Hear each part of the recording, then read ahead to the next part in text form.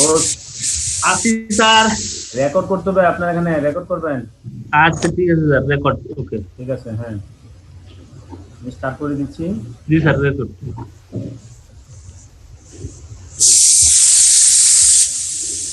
আর কাজে বাসে pressure cooker রান্না করতেছে স্যার, প্রেসার কুকারে। হ্যাঁ, কার বাসে এগুলো? ওই আমি মাঝে মাঝে এখন স্যার, মাঝে মাঝে। সবাইকে সবাইকে ইয়ে দিয়ে আসছি, যে আনমিউটের অপশন দেওয়া আছে, এই জন্য এই আওয়াজ শোনা যাচ্ছে আর কি, জোর বন্ধ হয়ে যাবে। মিউট করে দিলে তো হয়। সবাই আপনারা যারা কথা বলবেন তারা শুধুমাত্র আনমিউট করবেন, অন্যরা মিউট করে রাখেন।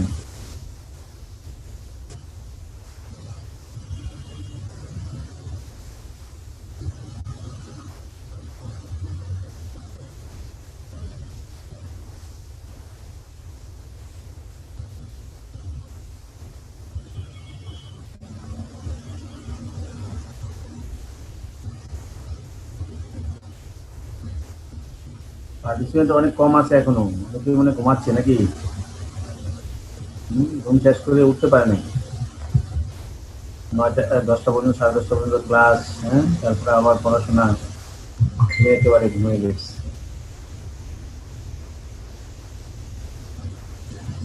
স্যার অলরেডি সকালে একটা ক্লাস হয়েছে স্যার, সকালে ক্লাস অ্যাটেন্ড করছেন? 9:30-তে। যারা অ্যাটেন্ড করছেন তারা এখানে আছেন আর কি, যারা অ্যাটেন্ড করেন নাই তারা তো মানে এখনো হয়তো ঢুকতে পারেনি। বা রেস্ট নিচ্ছে। সবার তো ছিল না। সকালে কোন ক্লাস ছিল? Sir math sir, business math. Business math না? অন্যান্য ক্লাসের কি অবস্থা? বিজনেস ম্যাথের মানে আর কয়টা ক্লাস বাকি আছে? স্যার সবারই স্যার এরকম 4টা-5টা করে বাকি আছে স্যার। 4টা 5টা না? আমার হচ্ছে তো অনেক, আমার তো টোটাল 8টা ক্লাস, 9টা ক্লাস, আজকে সহ 9টা। এখানে আমরা আশা করি শেষ করে ফেলতে পারবো, এই সপ্তাহ শেষ হলে আমি অন্যদের সমান হয়ে যাবো। কিন্তু আপনাদের জন্য একটু লোড বেশি হয়ে গেছে, ঠিক আছে? যারা ভাষা প্রস্তুতি, যদি এই ক্লাসের পরে কেউ যদি প্রস্তুতির চিন্তা করে থাকেন তাদের জন্য একটু লোড হবে। আর যারা আগে থেকেই যে প্রস্তুতি, যেমন আমাকে আপনাদের যে ক্যাপ্টেন, উনি অনেক আগে থেকেই, অর্থাৎ রোজার মাসে উনি আমাকে বলছে, বলে টলে আমার কাছ থেকে শীট সব নিয়ে নিছে, যে ফেসবুক গ্রুপে স্যার আপলোড করে দিব, তা আমাদের পরীক্ষা হলে রোজার আগে আমরা যেন পড়তে পারি। ও নিয়ে নিচ্ছে, তো যারা ওখান থেকে নিচ্ছেন তারা অবশ্যই জেনে নিতে চাইছে।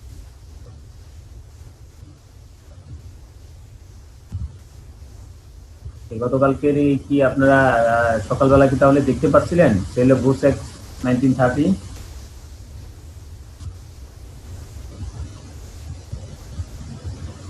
রেসপন্স করেন। আপনারা কি সেল অফ গুডস অ্যাক্ট 1930, এটা কি আমি ফেসবুক যে আপলোড করছে সে আপলোড থেকে কপি নিয়ে, অথবা আগে থেকে কপি থাকাকালীন আপনারা কি ওটা দেখছেন কিনা?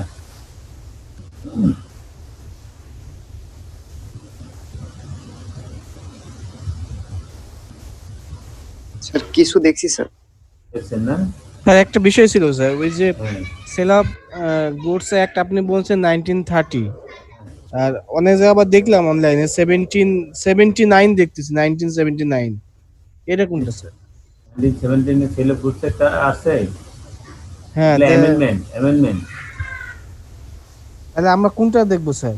দেখবেন তো, লেটেস্টে অবশ্যই দেখবেন। লেটেস্টটা ওই অ্যামেন্ডমেন্ট যখন থাকবে তখন তো আগেরটার উপর ভিত্তি করেই থাকবে। হ্যাঁ, মূলটা হচ্ছে 1930, এরপর অ্যামেন্ডমেন্ট যদি থাকে সেটা তো অ্যামেন্ডমেন্ট অবশ্যই আপনি গ্রহণ করবেন।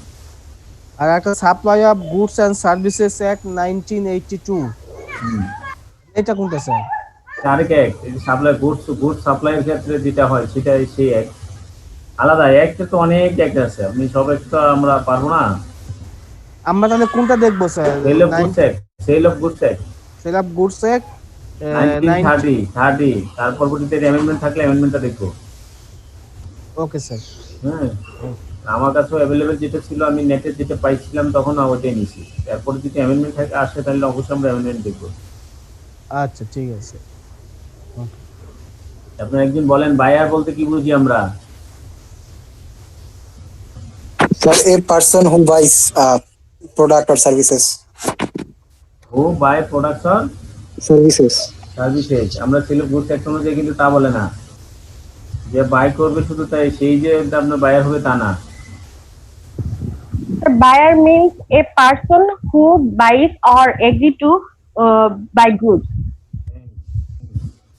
ঠিক আছে, আপনার একেবারে অরিজিনাল আপনার হচ্ছে এক্স অনুযায়ী যে লাইনটা বলছি সেই লাইনটা আমরা বলবো buyer means a person who buys or agrees to buy good.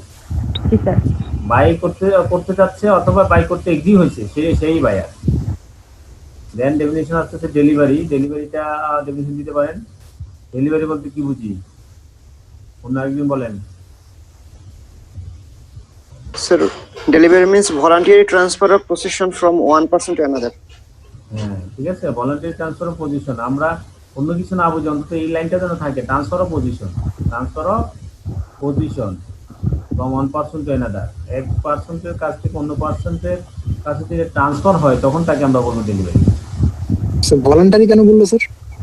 Voluntary বলতে মানে স্বেচ্ছায় আর কি সেভাবে ট্রান্সফার করতে হবে। আপনি জোর করে আপনি তাকে এই যে আপনি দিতেই হবে আমাকে এখান থেকে এখানে, আমার মানে জোর করে নিয়ে নেওয়া, সেটা আপনার ভলান্টারি হয় না। এখানে আসলে ভলান্টারি হতে না। দেন আমরা বলছি যে sale and agreement to sale বলতে কি বুঝি?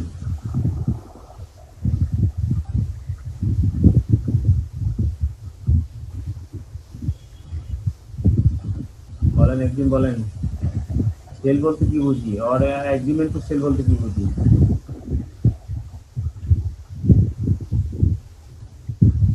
A contract is a contract whereby the seller transfers or agrees to transfer the property to the buyer for a price.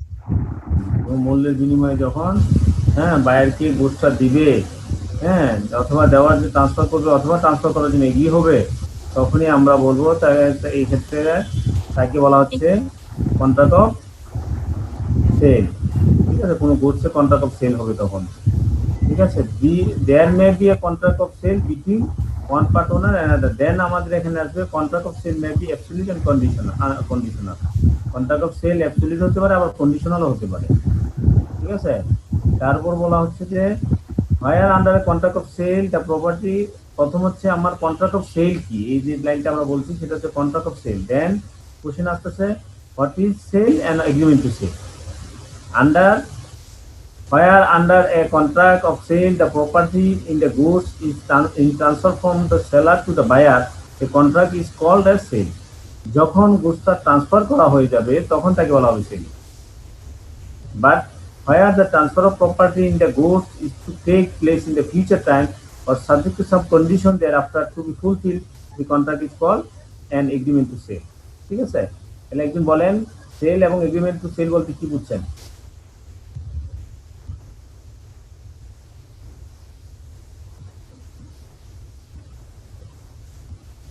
So the property of goods transferred from seller to the buyer, the contract is called sale, but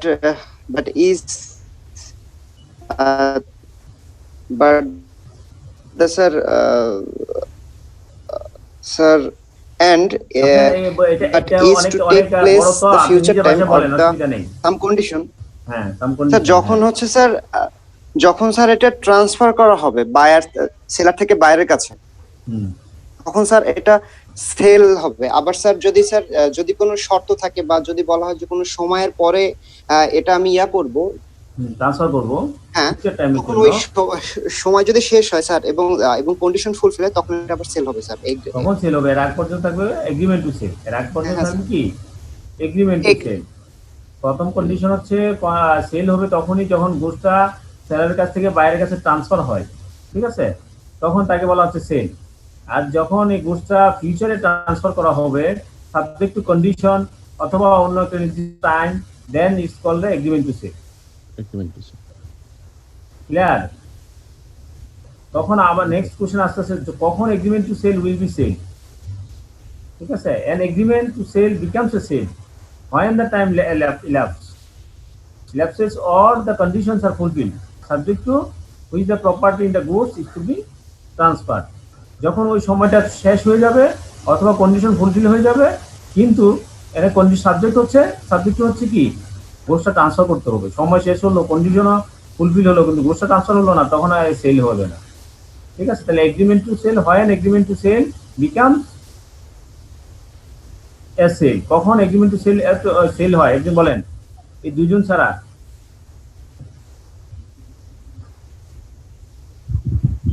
When an agreement to sell becomes a sale. Sir agreement fulfil হওয়ার পরে sir, সেক্ষেত্রে sell হবে এটা। Agreement fulfil হওয়ার পরে সময় শেষ হলে আর বাকি যে শর্তগুলো আছে শর্তগুলো এখানে শেষ বলা হলে হচ্ছে যদি তারপরে ফিউচার টাইমের জন্য হয় তাহলে ওই সময়টা যদি ল্যাপস হয়ে যায়, হ্যাঁ, অথবা যে কন্ডিশন ছিল কন্ডিশন যদি ফুলফিল হয়ে যায়, তখন এগ্রিমেন্ট টু সেল সেল হবে। কিন্তু সাবজেক্ট টু আছে একটা, সাবজেক্ট টু হচ্ছে কি, গুডস টু বি ট্রান্সফার, গুডসটা অবশ্যই কি হতে হবে, ট্রান্সফার হতে হবে, then agreement to sale become asset. Clear? Sir এই ক্ষেত্রে যে কিস্তিতে যে প্রোডাক্টগুলো কিনা হয় এগুলা কি এটার উদাহরণ হতে পারে? কিস্তিতে হলে তখন পার্ট ডেলিভারি, পার্ট সেল। কিস্তিতে তো আপনার কিস্তি তো হচ্ছে আপনার পেমেন্টের ক্ষেত্রে, কিন্তু আপনি গুডস যখন ফুল ট্রান্সফার হয় তখনই সেল। বুঝতে পারছি? লাইক আমরা অনলাইন থেকে যে প্রোডাক্ট কিনি এটাও তো স্যার এই অন্তর্ভুক্ত হতে পারে, তাই না স্যার? এগ্রিমেন্ট টু সেল, প্রথমে আমরা যখন প্রোডাক্টটা পাই নাই তখন হচ্ছে এগ্রিমেন্ট টু সেল, যখন প্রোডাক্টটা ডেলিভারি হবে তখন হবে sale. Contract of sale how made, contract of sale কিভাবে তৈরি হয়, ঠিক আছে? আমরা যে একটু বললাম contract sale contract of sale বলতেছি, contract of sale how made.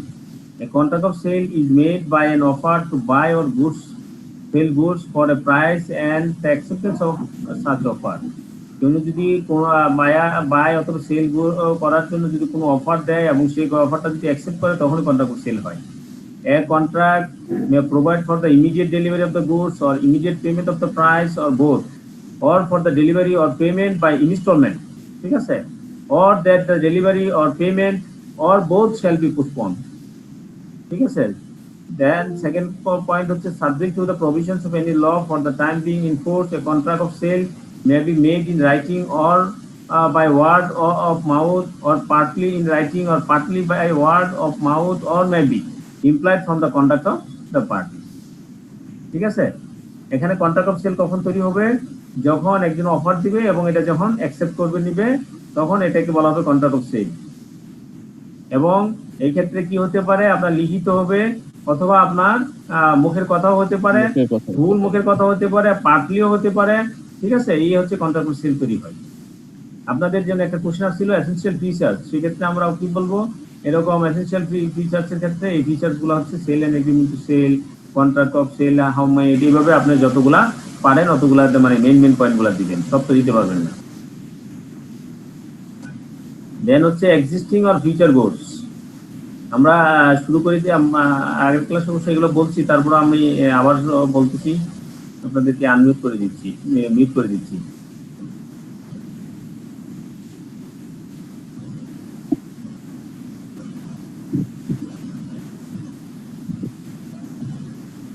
এখানে একটা জিনিস আছে, এক্সিস্টিং আর ফিউচার গুডস। এক্সিস্টিং গুডস কি, ফিউচার গুডস কি, আমরা এগুলো জানি। এক্সিস্টিং মানে বর্তমানে যেগুলো আছে সেগুলোই মানে আপনার অলরেডি রেডি আছে, তার কাছে প্রিপেয়ার টু বি ডেলিভারের জন্য যেগুলো প্রিপেয়ার করা আছে, রেডি আছে, সেগুলোকে বলা হচ্ছে এক্সিস্টিং গুড।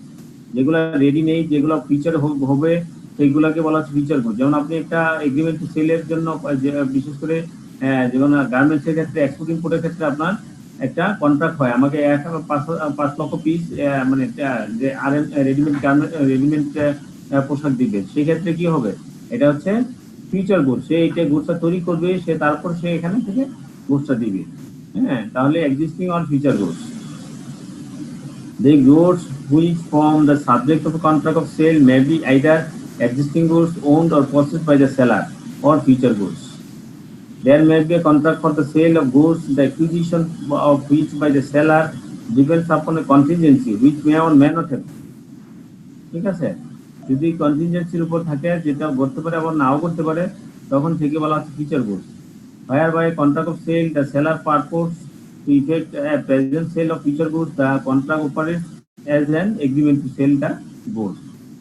ফিউচার গুডস এর ক্ষেত্রে যেটা হয় সেটা হচ্ছে agreement to sell the goods.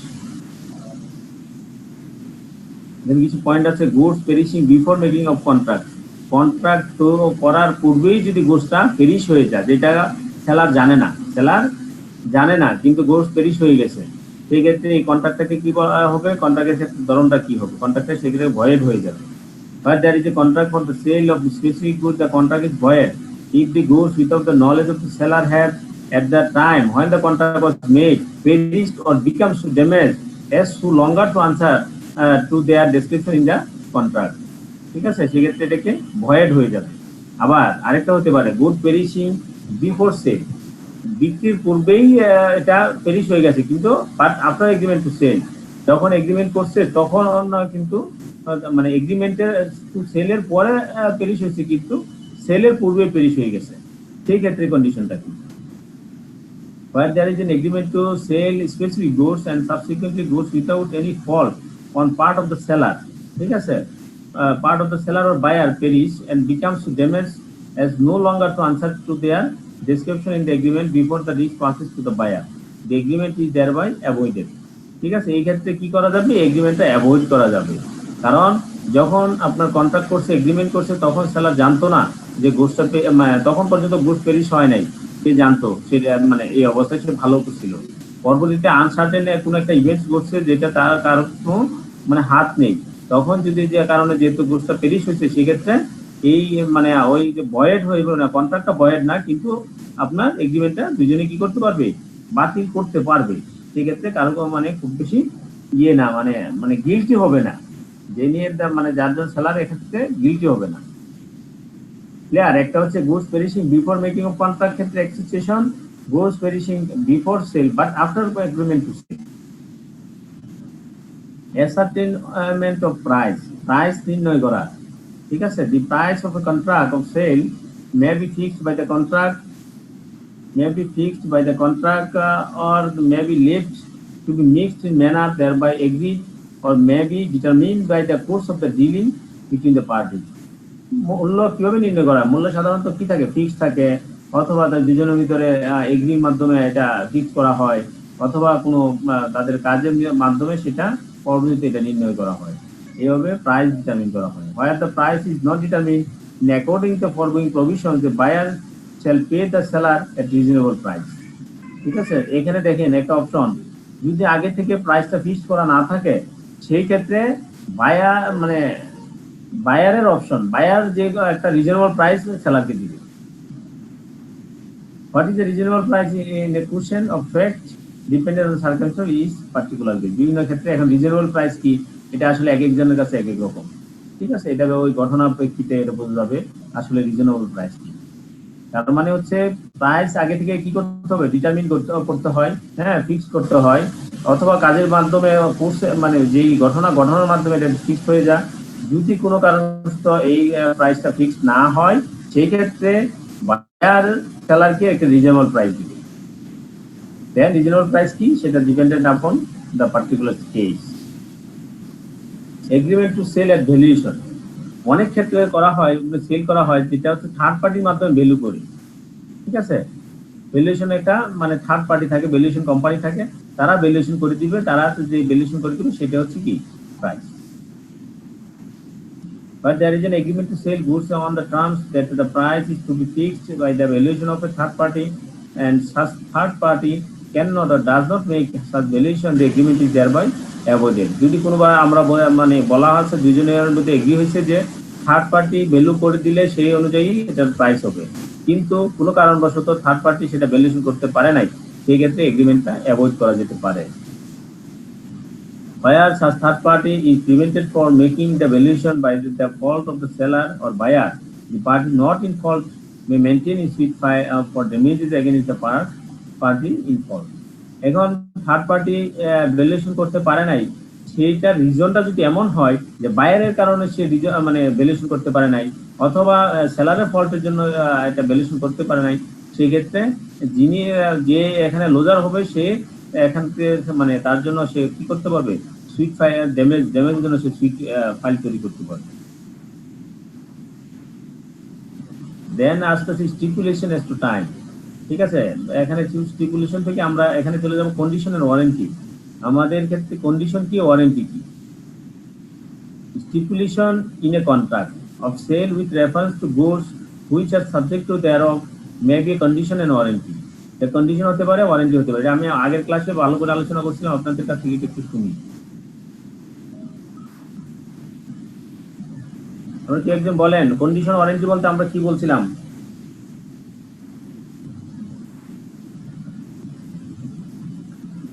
What do you mean by condition and warranty? আগে যারা ক্লাস করছেন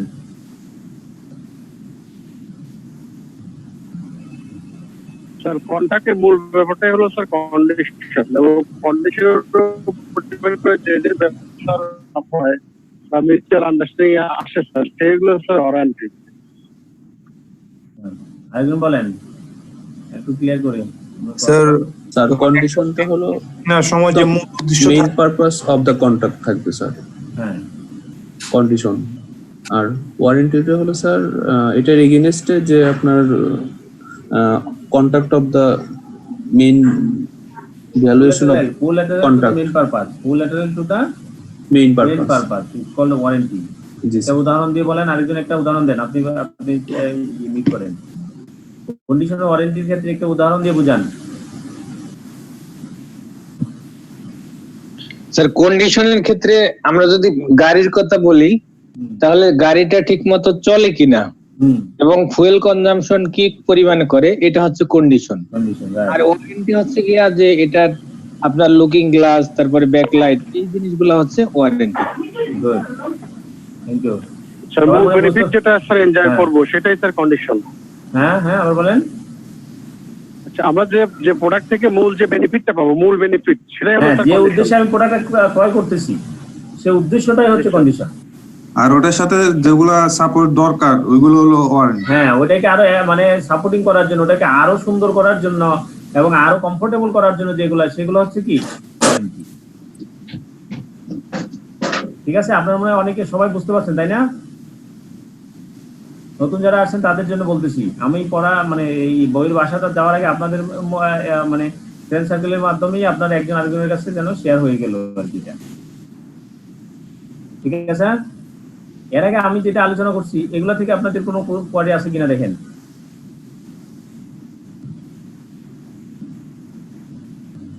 ফিউচার আর এক্সিস্টিং গুড, ফিউচার গুডস এগুলা তো মানে আপনার কনফিউশন হওয়ার কথা না, নাকি? ফিউচার গুডস কাকে বলে, এক্সিস্টিং গুডস কাকে বলে, একজন বলেন।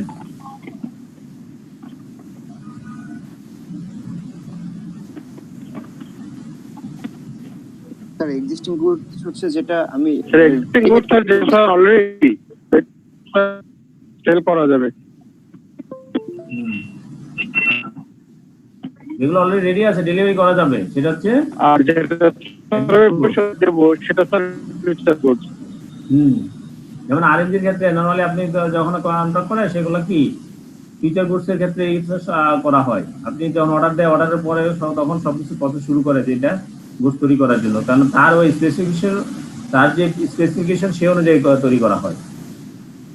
এখানে তারপর দেখেন একটা কন্ডিশন বলছে, goods perishing before making a contract, goods perishing before sale but after agreement to sell. ঠিক আছে, যেহেতু আমরা গুডস নিয়ে কথা বলতেছি, গুডস তো পেরিশেবল, অনেক পেরিশেবল আইটেম থাকতেই পারে, গুডস যে কোনো কারণে পেরিশ হতেই পারে। সেই জন্য যদি কন্ট্রাক্টের পূর্বেই পেরিশ হয় সেক্ষেত্রে এটাকে ভয়েড কন্ট্রাক্ট বলবে। আর যদি পরে ইয়ে হয় এগ্রিমেন্টের পরে কিন্তু সেলের পূর্বেই পেরিশ হলো, সেক্ষেত্রে এটাকে অ্যাভয়েড করা যাবে, এই এগ্রিমেন্টটাকে অ্যাভয়েড করা যাবে। কোনো কনফিউশন নাই তো নাকি? এখানে সেল বলতে স্যার ট্রান্সফারটাকে বোঝাচ্ছে স্যার, মানে সেল বলতে সেলের সংজ্ঞা আর কি, আপনার যখন গোস্টটা ডেলিভারি হবে, ডেলিভারির আগে এটা তো সেল, সেলের পূর্বে।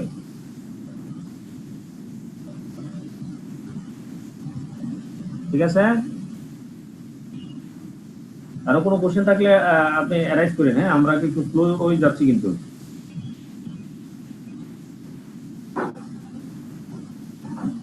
দেন বলা হচ্ছে অ্যাসার্টেনমেন্ট অফ প্রাইস। প্রাইস অ্যাসার্টেনমেন্টের ক্ষেত্রে কি বলছি আমরা, একজন বলেন।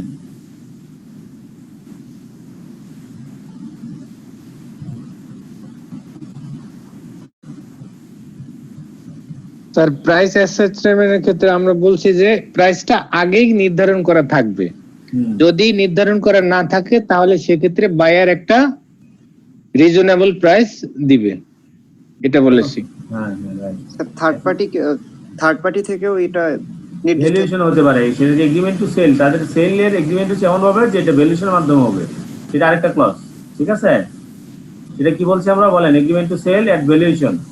ভ্যালুয়েশনের মাধ্যমে যদি সেল করার কোনো এগ্রিমেন্ট হয় তাহলে কি হবে?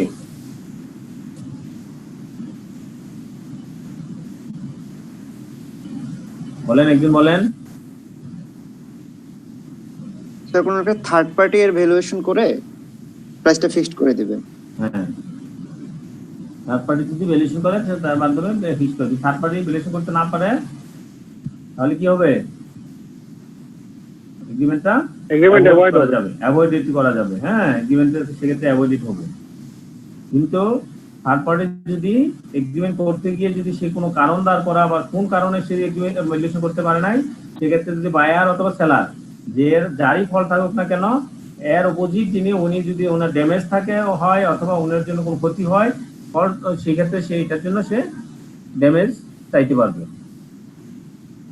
Clear?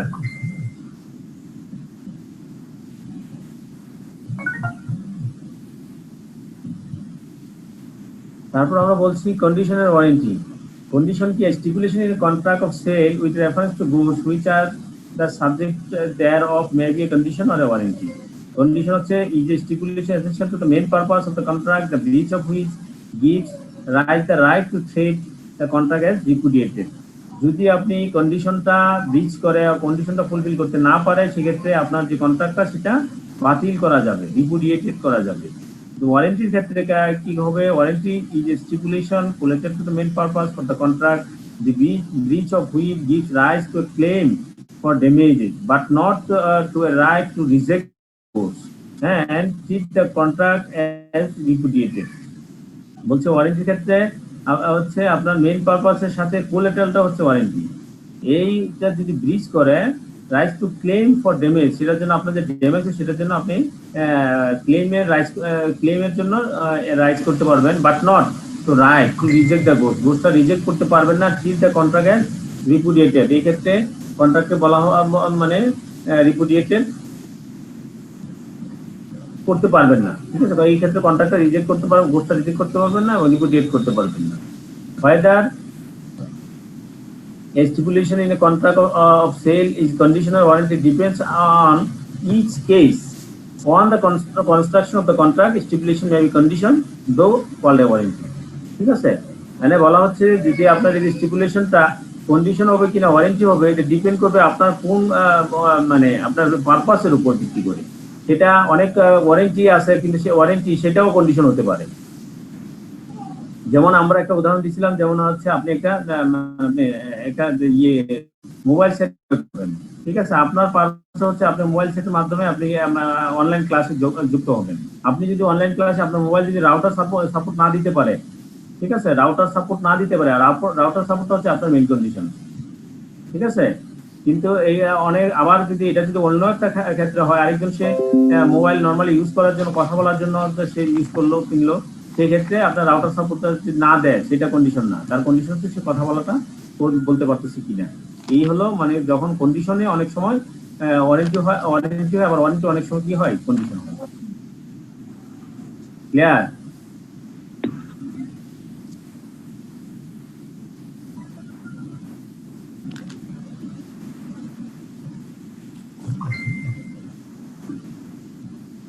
When condition to be treated as a warranty, condition তো কখন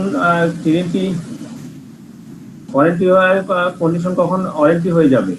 Where a contract of sale is subject to any condition to the fulfilled by the seller, the buyer may waive the condition or elect to treat the breach of the condition as a breach of warranty and not as a ground for relating to the contract as repudiated. When condition to be treated as warranty, কখন কন্ডিশনটাকে warranty হিসেবে treat করা যাবে? তাহলে যেটা বলছি এরকম ওই উদাহরণটা আপনি দিতে পারেন। আবার এখানে কি বলছে?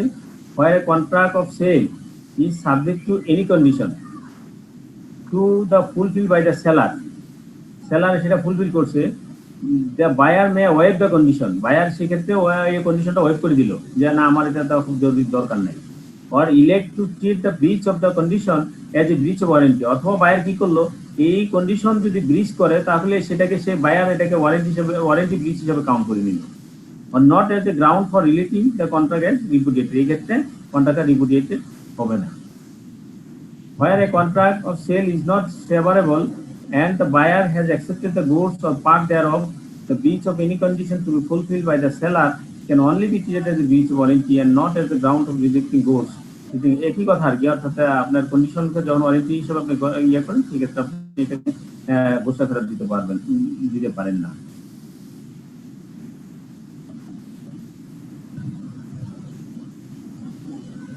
In the contract of sale, unless the circumstances of the contract are such as to show a different intention, there is একটা contract of sale এর বিভিন্ন intention থাকতে পারে। Intention কি, there is a implied condition, কিছু implied condition থাকে on the part of the seller, that in the case of a sale he has a right to sell the goods, and that in the case of an agreement to sell he will have a right to sell the goods at the time when the property is to pass। ঠিক আছে, এগুলো হচ্ছে implied condition. আপনি যখন goods যখন sell করে, agreement to sell করে, সেক্ষেত্রে সেলারের একটু দিক দিয়ে একটা হচ্ছে সে তার রাইট হচ্ছে টু সেল দ্য গুডস, সেই গুডসটা সেল করা, and that in the case of an agreement to sell এর ক্ষেত্রে সে রাইট হচ্ছে he will have a right to sell the goods at the time when the property is to pass. ঠিক আছে, যখন সময় হবে ওই সময় গুডস মানে এই প্রপার্টিতে তাকে পাস করে দিবে, ট্রান্সফার করে দিবে। এটা হচ্ছে implied condition. An implied warranty that the buyer shall have and enjoy quote position of the goods। ঠিক আছে, একটা ইমপ্লাইড ওয়ারেন্টি আছে, সেই ওয়ারেন্টিটা হচ্ছে গুডসের পজিশনটা, বায়ার পজিশনটা মানে সে বুক করবে, দখল করবে, এটা হচ্ছে implied warranty. An implied warranty that the goods shall be free from any charge or encumbrance in favor of any third party not declared and known to the buyer before the time at the time when the contract is made। ঠিক আছে, দেন আমরা চলে যাচ্ছি sale by description. আমরা sell করতে পারি, sale বিভিন্নভাবে হতে পারে, sale by description, sale by sample. হ্যাঁ, আপনার স্যাম্পলের মাধ্যমে সেল হয়, সেল বাই ডেসক্রিপশনের মাধ্যমে হতে পারে, সেল বাই ডাইরেক্টলি আপনার গুডসের মাধ্যমে হতে পারে। ডেসক্রিপশন কি, আপনারা যেমন মনে করেন আমরা এখন অনলাইনে যে পারচেজ করবো, অনলাইন পারচেজটা নর্মালি কি হয়, ডেসক্রিপশনের মাধ্যমে হয়। আপনার গুডস এখানে এই অবস্থা থাকবে, এরকম থাকবে, এরকম থাকবে, এগুলা আমরা বললাম, সেই অনুযায়ী আমরা মানে পছন্দ করলাম, সেই পছন্দ অনুযায়ী আমরা অর্ডার করলাম, এগ্রিমেন্ট টু সেল হলো, তারপর সে শিপমেন্ট করলো, তার শিপমেন্টের পরে agreement to sell becomes as sale হয়ে গেল। Then sale by description, where there is a contract for the goods for the sale of goods by description, there is an implied condition that the goods shall correspondent with the description। ঠিক আছে, এখানে একটা implied condition আছে। ঠিক আছে, একটা implied কন্ডিশনটা কি, গুডসটা আপনি যে ডেসক্রিপশন যা দিবেন তা অনুযায়ী গুডসটা হতে হবে। If the sale is by sample as well as by description, it is not sufficient that the bulk of the goods correspondent with the sample if the goods do not also correspond with the description। ঠিক আছে, তার মানে হচ্ছে তাই যেন গুডসটা হয় সে অনুযায়ী goods হতে হবে। Implied condition as to quality or fitness, একটা ইমপ্লাইড কন্ডিশন থাকে যে আপনার যে কোয়ালিটি এবং ফিটনেসটা সেটা যথাযথ হবে। ঠিক আছে, এটাই এখানে মুদ্রা কথা এগুলো লিখছি। দেন আমরা বলবো sale by sample. Sale by sample বলতে কি বুঝি, contract of sale is a contract for sale by sample where there is a term in the contract express or implied to that effect. হ্যাঁ, contract of sale is a contract for sale by sample where there is a term of the contract expressed or implied to that effect। In the case of a contract for sale by sample, there is an implied condition that the bulk, এই যে দেখেন implied condition, sale by sample এর ক্ষেত্রে implied condition গুলো কি কি, that the bulk shall correspond with the sample in quality। আপনার যে আপনার এই স্যাম্পলের থেকে যখন বাল্কে আপনি যাবেন সেগুলো যেন এই কোয়ালিটি, স্যাম্পলের যে কোয়ালিটি তার অনুযায়ী হয়। That the sale have a reasonable opportunity of comparing the bulk with the sample, that the goods shall be free from any defect, rendering them unmerchantable, which would not be apparent on reasonable examination।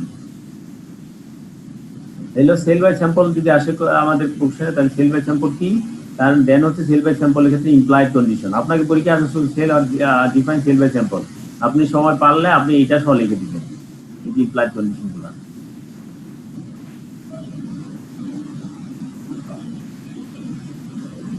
এখানে বলা আছে goods must be অ্যাসার্টেইনড, একটু আগে আমরা বলছি goods অবশ্যই কি করতে হবে, নির্ধারিত হতে হবে।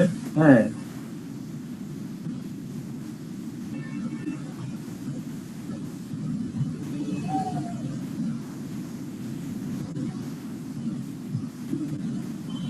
কি দেখেন আমরা একটু আগে বলছি sale goods should be ascertained, ascertained যদি না হয় sale of unascertained goods and appropriation, যদি আনঅ্যাসার্টেইনড ক্ষেত্রে কি হবে, where there is a contract for the sale of unascertained or future goods by description and goods of that description and in a deliverable state are unconditionally appropriated to the contract either by the seller with the assent of the buyer or by the seller with the assent of the seller. The property in the goods thereupon passes to the buyer. Thus assent may be expressed or implied and may be given either before or after the appropriation is made. মানে আপনি যদি আগে থেকে ascertain না করে থাকেন গুডসটা, সেই ক্ষেত্রে আপনি অ্যাপ্রোপ্রিয়েশনের মানে আগে মানে গুডসটা ট্রান্সফার হওয়ার আগে পরে আপনি অ্যাপ্রোপ্রিয়েশনের মাধ্যমে এটা তৈরি করতে হবে, মানে এটা আপনার মানে দুজনের ভিতরে পছন্দ মতো তখন গিয়ে এটা ঠিক হবে। Delivery to carrier, where in pursuance of the contract the seller delivers the goods, ঠিক আছে। নরমালি ক্ষেত্রে কি হবে, সেলার গুডসটা ডেলিভারি করতে হবে।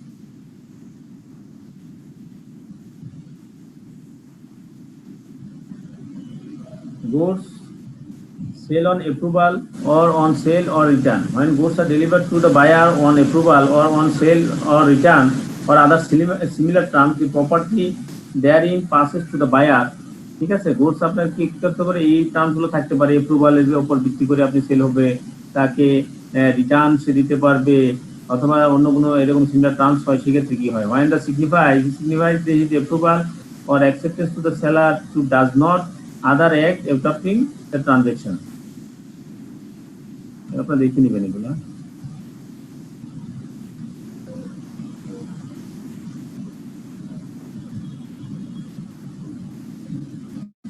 সেল বাই দেখেন, সেল বাই আরো আছে, sale by person of the owner, owner যে সে মালিকের মাধ্যমে সেল না, সেল অন্য কোনো পার্সনের মাধ্যমে হতে পারে। Sale by one of the joint owner, joint ওনারের ক্ষেত্রে হতে পারে।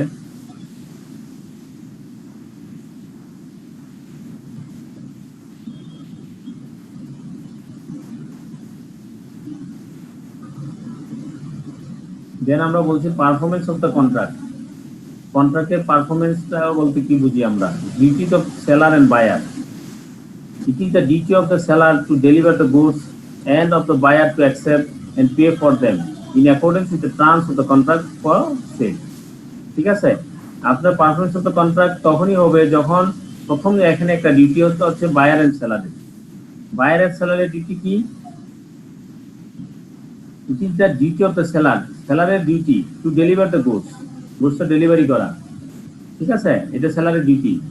বায়ারের ডিউটি কি, সে গুডসটা অ্যাকসেপ্ট করে নেওয়া এবং এটার জন্য সে পেমেন্ট করে দেওয়া according to the with the terms of the contract of sale. Payment and delivery are concurrent condition. Payment করা এবং ডেলিভারি করা এটা আসলে মানে একটা আরেকটা পরোপকারী মানে ইয়ে কন্ডিশন আর কি। পেমেন্ট করতে হবে আবার ডেলিভারি করতে হবে, দুইটা দুইজনের জন্য মানে essential condition. Unless otherwise agree, অন্য কোনো যদি তাদের ভিতরে কোনো মানে চুক্তি না থাকে, delivery of goods and payment of the price are concurrent condition. That is to say, the seller shall be ready, seller সব সময় সেই রেডি থাকবে and willing to give, এবং তার ইচ্ছা থাকবে to give position of the goods to the buyer, বাইরের কাছে গুডসটা পৌঁছে দেওয়া in exchange for the price, মূল্যের বিনিময়ে, and the buyer shall be ready, buyer সব সময় রেডি থাকবে and will be willing to pay the price in exchange for position of the goods, ঠিক আছে। তার কাছে পজিশন গুডসটা যখন পজিশন পাবে তখন সে সবসময় বায়ার রেডি থাকবে যে সেজন্য পে করে। ওই উপরের কথাটাকেই ডিউটিজ অফ সেলার এন্ড বায়ারকে এই কথাটা এখানে আবার বলছে, payment and delivery are concurrent condition, ঠিক আছে, একটা আরেকটার সাথে জড়িত। যখন ডেলিভারি হয়েছে তখন তার পেমেন্টটা করে দিবে। ডেলিভারি করা যেমন বায়ার সেলারের মানে কন্ডিশন, বায়ারের ক্ষেত্রে কন্ডিশন তার পেমেন্টটা করে দেওয়া। দেন হচ্ছে ডেলিভারি বলতে কি বুঝি, delivery of goods sold may be made by, এটা ডেলিভারি কিন্তু আমরা আগে একবার বলছি, delivery of goods sold may be made by doing anything which the part which agreed shall be treated as delivery, or which shall the effect of putting the goods in the possession of the buyer or of any person authorized to hold them on his behalf. Effects of third party. A delivery of delivery of part of goods in progress of the delivery of the whole has the same effect for the purpose of passing the property in such goods as a delivery of the whole, or but a delivery of the part of the goods with an intention of severing it from the whole does not operate as a delivery of the remainder. ঠিক আছে, অর্থাৎ তারা বলছে যে মানে part ডেলিভারির ক্ষেত্রে কি ইফেক্ট হয়। পার্ট ডেলিভারি হচ্ছে যতটুকু আপনি ডেলিভারি করছেন সেটার জন্য এটা হোল অন্য যে বাকিটা যে ডেলিভারি করবে সেটা যে যিনি পার্ট ডেলিভারি করতেছেন সেটার জন্য সেটাই নয়, এরকম একটা ইয়ে।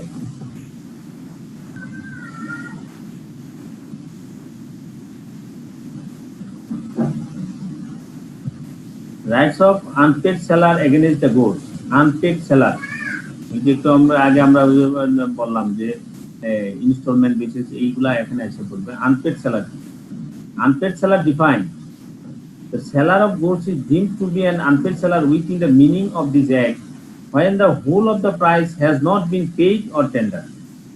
ঠিক আছে, আনপেড সেলার যে সেলার সে এখনো আনপেড কখন হবে, যখন when the whole of the price has not been paid or tendered, সম্পূর্ণ প্রাইসে এখনো পর্যন্ত সে মূল্যটা সে পায় নাই, পেড পরিশোধিত হয় নাই। when a bill of exchange or other negotiable instrument has been received as conditional payment, ঠিক আছে, বিল অফ এক্সচেঞ্জ একটা হচ্ছে প্রাইস হতে পারে, সে প্রাইসটা পায় নাই, আরেকটা হচ্ছে বিল অফ এক্সচেঞ্জ অথবা নেগোশিয়েবল ইনস্ট্রুমেন্ট সেগুলা সে কন্ডিশনালি রিসিভ করছে, and the conditions on which it was received has not been fulfilled, এবং সেই কন্ডিশনগুলা কোনো রিজনের কারণে হয়তো বা সেটা of the designer of the instrument or otherwise সেগুলো ফুলফিল হয় নাই, এবং সেই কারণে যে এই কারণবশত সেগুলো ডিজনার ইনস্ট্রুমেন্টগুলো ডিজনার হয়েছে, সেক্ষেত্রে একে বলা হবে unpaid seller. In this chapter, the term seller includes any person who is the position of a seller, as for the instance as the agent of the seller to whom the bill of lading has been endorsed, or a consignor or agent who has himself paid or is directly responsible for the price. ঠিক আছে, এখানে unpaid সেলারের ডেফিনিশনটা কি সেটা এখানে দেওয়া আছে। Unpaid seller বলতে আমরা গুডসটা সাধারণত এখানে এই ডেফিনিশনে বলা হচ্ছে, বোঝানো যাচ্ছে যে গুডসটা ডাইরেক্ট আপনি প্রাইসে যদি টাকা পায় বিক্রিতে টাকাতে বিক্রি করে দিলেন, অথবা আপনার গুডস কি করতে পারে বিল অফ এক্সচেঞ্জ নেগোশিয়েবল ইনস্ট্রুমেন্ট, হ্যাঁ নেগোশিয়েবল ইনস্ট্রুমেন্টের মাধ্যমে বিক্রি হয়। এই যে আমরা বললাম এলসি অথবা আপনার যে কোনো ইয়েতে আপনার কি হয় বিল অফ এক্সচেঞ্জ অথবা নেগোশিয়েবল ইনস্ট্রুমেন্টের মাধ্যমে আপনার মালটা আদান প্রদান করা হয়। যখন এটা এগ্রি করা হয় ফুলফিল করে হয় তখন এটা পেড হিসেবে ধরা হয়। ঠিক আছে, তাহলে এই ক্ষেত্রে আনপেড সেলার হচ্ছে যদি প্রাইসটা সে পেমেন্ট না করে, ফুল প্রাইস পেমেন্ট না করে, তখন একটু বলা হচ্ছে আনপেড সেলার বলা হচ্ছে। অথবা এখানে যদি এরকম হয় বিল অফ এক্সচেঞ্জ বা নেগোশিয়েবল ইনস্ট্রুমেন্ট যেটা দিচ্ছে সেটা যদি আমার ইয়ে করা হয়,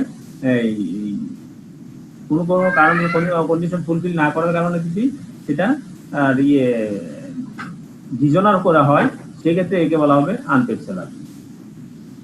in this chapter the term seller includes any person who is the position of a seller, এই কথাগুলো।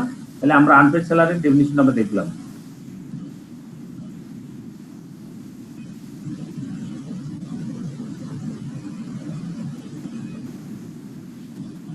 এখানে দেখেন আবার নেক্সট আবার বলছে আনপেড সেলারের রাইট কি, সেলার্স লিন কি, সেলার্স লিন হচ্ছে ইয়ে কি, অনেকগুলো আছে। পার্ট ডেলিভারির ক্ষেত্রে কি হবে, টার্মিনেশন অফ লিন, আমরা সবগুলো অবশ্য করতে পারবো না।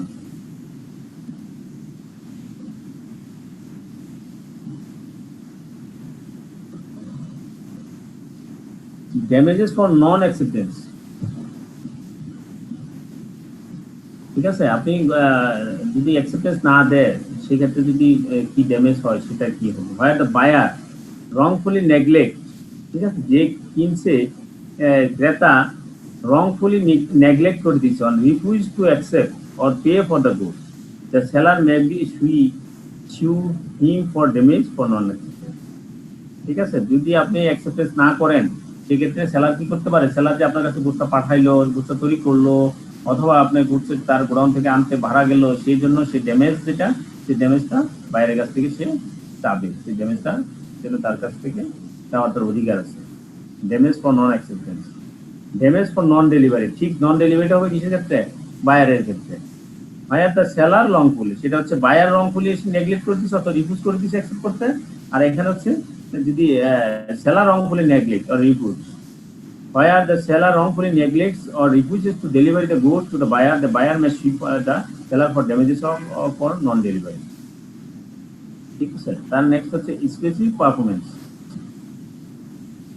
Specific performance subject to provision chapter 2 of the specific relief, এটা আবার আমরা আরেকটা এক্সটেন্ডেড ডিফারেন্স দিছি। ঠিক আছে, স্পেসিফিক পারফরম্যান্স বলতে কি যায়? Remedy for breach of warranty, breach of ওয়ারেন্টির ক্ষেত্রে কি রেমেডি হবে? Where there is a breach of warranty by the seller or where the buyer elects or is compelled to treat any breach of condition or the part of the seller breach of warranty, the buyer is not, by reason only of such breach of warranty, entitled to reject the goods, but he may set up the against the seller. এটা আমরা আগে পড়ছি warranty ক্ষেত্রে ব্রিচ হলে কি হয়। সেক্ষেত্রে set up against the seller the breach warranty is the diminution or extinction of the price.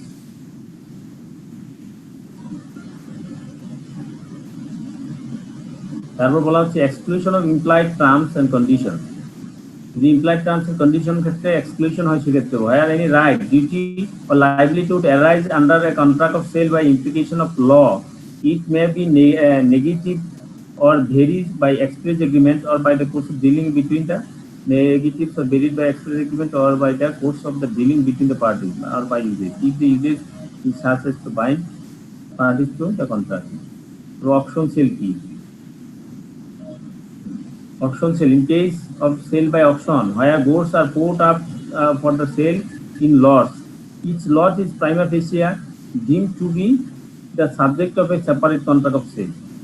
The sale is completed when the auctioneer announces its completion by the fall of the hammer or by the, এটা আমরা মানে বুঝে নিছি যে auction সেলকে আমরা যেটা auction সেলের মাধ্যমে যেটা হয় এটা অকশন সেল আর কি, অর্থাৎ বিভিন্ন স্টেপগুলো এখানে বলা আছে। এই ছিল আমাদের এই মোটামুটি গাইডলাইন থেকে, এগুলা নিয়ে আপনারা একটু কথা বলেন কি কোনো জানা থাকলে। নেক্সট আমরা চলে যাব ইয়ার কোশ্চেন গুলো একটু দেখবো।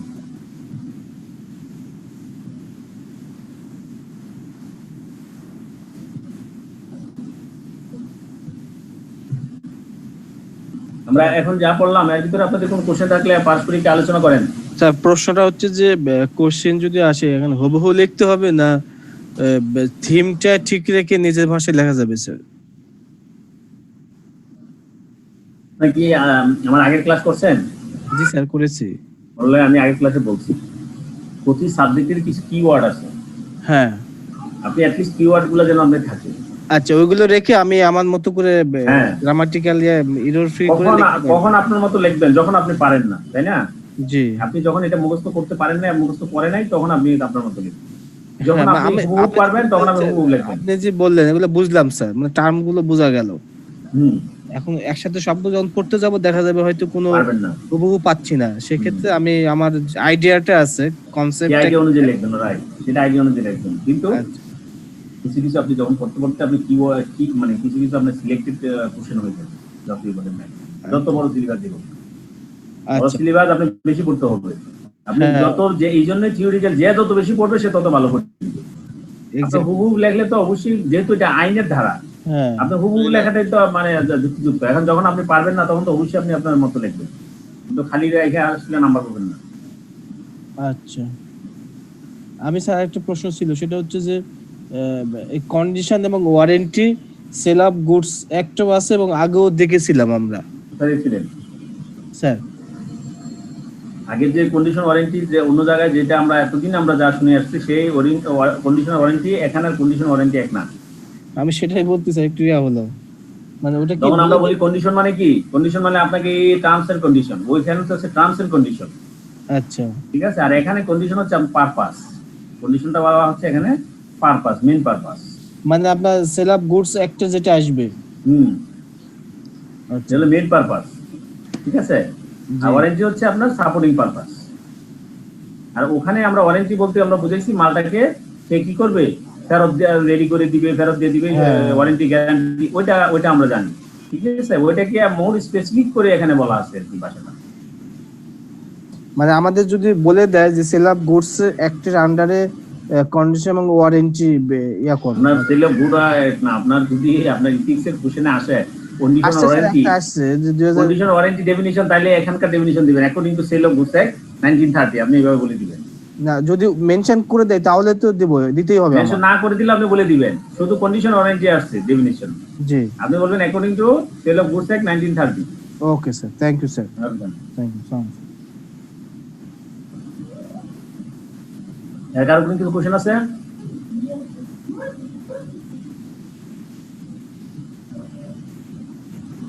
আপনার কি কথা কি মানে ক্লিয়ারলি বোঝা যাচ্ছে তো নাকি? কথা বোঝা যাচ্ছে?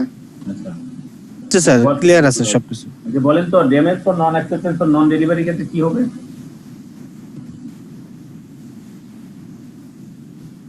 একজন বলেন। ড্যামেজ ফর নন অ্যাকসেপ্টেন্স হচ্ছে যে এটা স্যার বায়ার নেবে না, যে সেল করছে এখানে যদি বায়ার না নেয় তাহলে সেটা নন অ্যাকসেপ্টেন্স হবে। আর স্যার ডেলিভারি এটা স্যার যে যদি সেলার যদি স্যার ডেলিভারি করতে ফেলিওর হয়, ঠিক আছে, এই ক্ষেত্রে হচ্ছে সেল অফ গুডস অ্যাক্ট অনুযায়ী কি বলছে, সেল অফ গুডস অ্যাক্ট অনুযায়ী যে প্রভিশন, এই প্রভিশনটা কি বলছে এটার ক্ষেত্রে?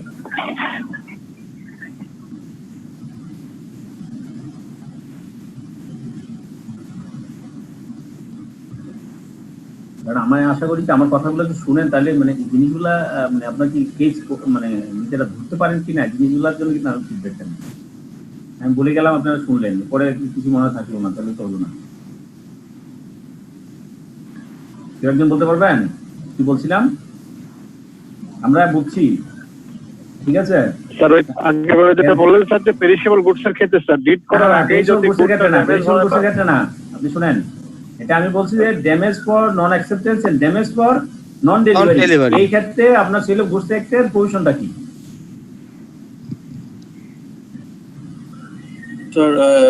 নন অ্যাকসেপ্টেন্স এর ক্ষেত্রে সেলার বায়ারের এগেইনস্টে আর কি মানে মামলা করতে পারে, ক্লেম করতে পারে, ড্যামেজের জন্য ক্লেম সুইট ফর ড্যামেজ, এটা হচ্ছে মূল কন্ডিশন, মূল প্রভিশনটা আগে, ঠিক আছে। আর নন ডেলিভারি ক্ষেত্রে, নন ডেলিভারির ক্ষেত্রে বায়ার আর কি সু করতে পারে, হ্যাঁ বায়ার সু করতে পারে, রাইট, এটা জানতে চাচ্ছিলাম। Thank you.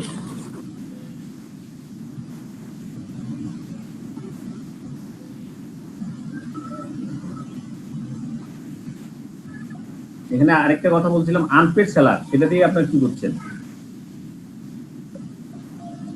একজন বলেন।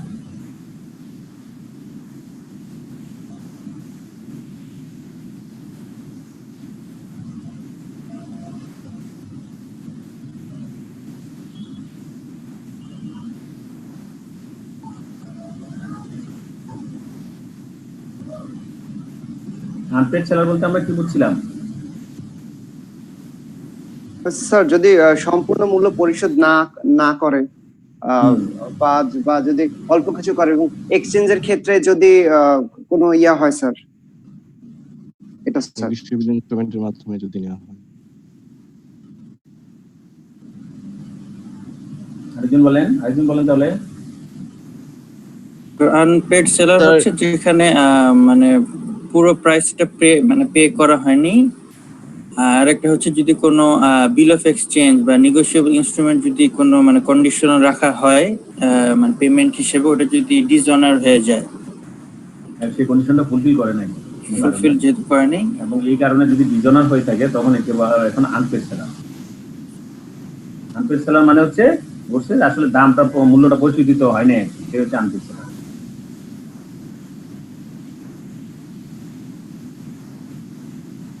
ক্লিয়ার? সবাই ক্লিয়ার? জি স্যার।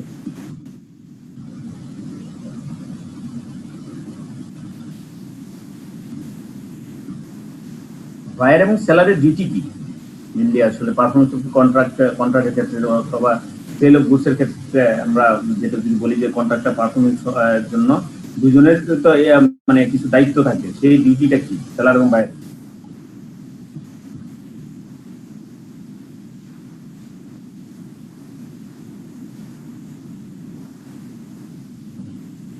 স্যার সেলার ডেলিভারি করবে আর স্যার বায়ার স্যার অ্যাকসেপ্ট করবে হ্যাঁ এবং স্যার মূল্য পরিশোধ অ্যাকসেপ্ট করবে এবং মূল্য পরিশোধ করবে, অ্যাকসেপ্ট করবে এবং মূল্য পরিশোধ করবে।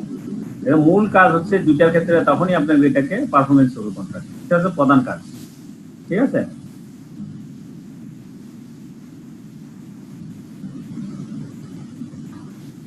হ্যাঁ কোনো কোশ্চেন থাকলে বলতে পারেন। হ্যান্ড রেজ করছেন, হ্যাঁ কোশ্চেন থাকলে বলতে পারেন, নাকি হ্যান্ড রেজ এমনি করার জন্য করছেন কোনটা?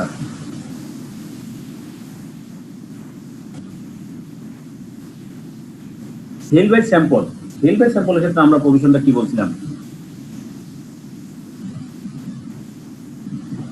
বলেন স্যার স্যাম্পল যেরকম স্যাম্পল দিবে অন্যান্য বাল্কের প্রোডাক্টগুলো ওরকম হতে হবে এবং তার কন্ডিশন একই রকম থাকবে স্যার, কোনো চেঞ্জ হবে না।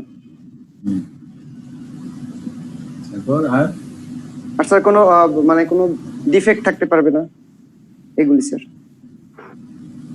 কোয়ালিটি সেম হবে, মানে তারপর হচ্ছে এই যে ডিফেক্ট থাকতে পারবে না, তাকে আপনার অপরচুনিটি দিতে হবে, যে বায়ার তার অপরচুনিটি, তার সেই সুযোগটা দিয়ে থাকতে হবে যেন সে স্যাম্পলের সাথে সেটা কম্পেয়ার করতে পারে।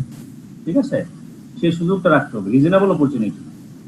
তার যদি মানে অপরচুনিটি না থাকে, যেমন মনে করেন আপনি একটা গুডস দেখলেন, হ্যাঁ আপনি দেখে এনে আপনার এখানে পৌঁছায় দিল, আপনি মালটা আপনি পেমেন্ট করে দিতে হবে, এরকম কোনো কন্ডিশন না। আপনি আগে গুডসটা দেখবেন, দেখে ভালো হলে তার পেমেন্ট করবেন, নাহলে আপনি ফেরত দিয়ে দিবেন, এরকম একটা অপরচুনিটি দিতে হতে পারে। ঠিক আছে, কারণ আপনি স্যাম্পল নিয়ে আসছেন, স্যাম্পলের অনুযায়ী আপনি মাল পান নাই, তখন আপনি তাকে ফেরত দিতে পারবেন না। ঠিক আছে, এই যে বলছি রেন্ডারিং দেন না আনমার্চেন্টেবল, আপনার এটা মার্চেন্টেবল হয় নাই, সেটাকে আপনার রেন্ডার করার কিন্তু ক্ষমতা থাকবে। সেলস বাই ডেসক্রিপশনের ক্ষেত্রে কি বলছিলাম?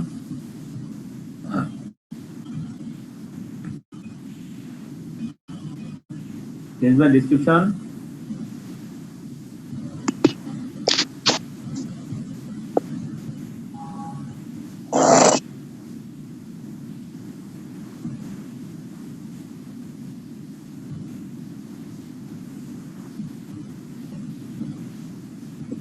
বলেন, সেল বাই ডেসক্রিপশন বলতে কি বোঝায়? স্যার সেলস বাই ডেসক্রিপশন বলতে আমরা এটা বুঝি যে পণ্যর বর্ণনা অর্থাৎ ডেসক্রিপশনটা যেরকম দেওয়া থাকবে পণ্যটা ঠিক ওই রকম কন্ডিশন দিতে হবে এবং পণ্যটা ওই রকমই দিতে হবে, এবং কন্ডিশন বলতে এটা একটা ইমপ্লাইড কন্ডিশন, এটা কি ইমপ্লাইড কন্ডিশন, যেহেতু কন্ডিশন যদি আপনি পণ্যটা ওই রকম না হয় তাহলে আপনি গোস্ত দিয়ে দিতে পারবেন। এই যে আমরা ওয়ারেন্টি এবং কন্ডিশনের এটা, এই কন্ডিশন থেকে এটাকে বলা, ওই কন্ডিশনটাই এটা বলা হচ্ছে, এটা একটা ইমপ্লাইড কন্ডিশন।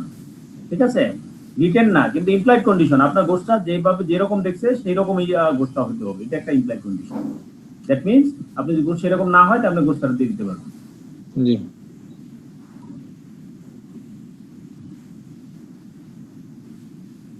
এই ছিল মোটামুটি আমাদের আমরা একটু কোশ্চেনে ইয়াতে চলে যাই, প্রিভিয়াস ইয়ার কোশ্চেনগুলো দেখি। ঠিক আছে, আর কোনো কোশ্চেন আছে এখানে?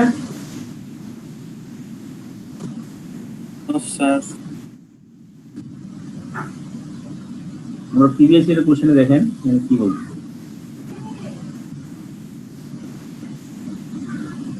আমরা এগুলো আগে দেখছি, আমরা ফার্স্ট দেখছি, তারপর আবার এখানে আলোচনা করছি। ঠিক আছে, কেস স্টাডি দেখা যাচ্ছে, সবাই দেখতেছেন? স্যার স্যার দেখা যাচ্ছে স্যার। পাওয়ার পয়েন্ট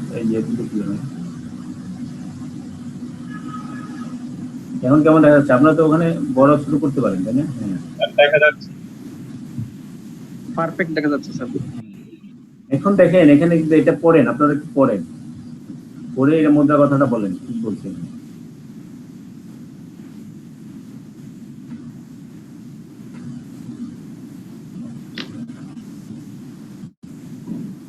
আমি আগে যারা ক্লাস করছেন তারা কিন্তু এটা মানে রিপিট হচ্ছে তাদের জন্য।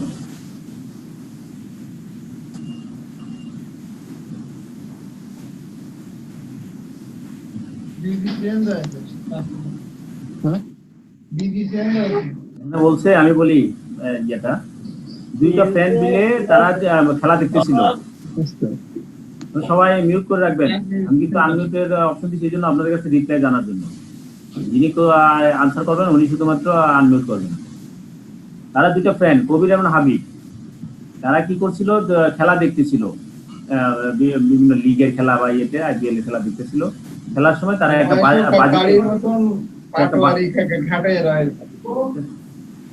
বাজি লাগলো। আপনারা আনলোড করে রাখেন স্যার, আপনি করে দেন স্যার। 900 গাড়ির লাইনই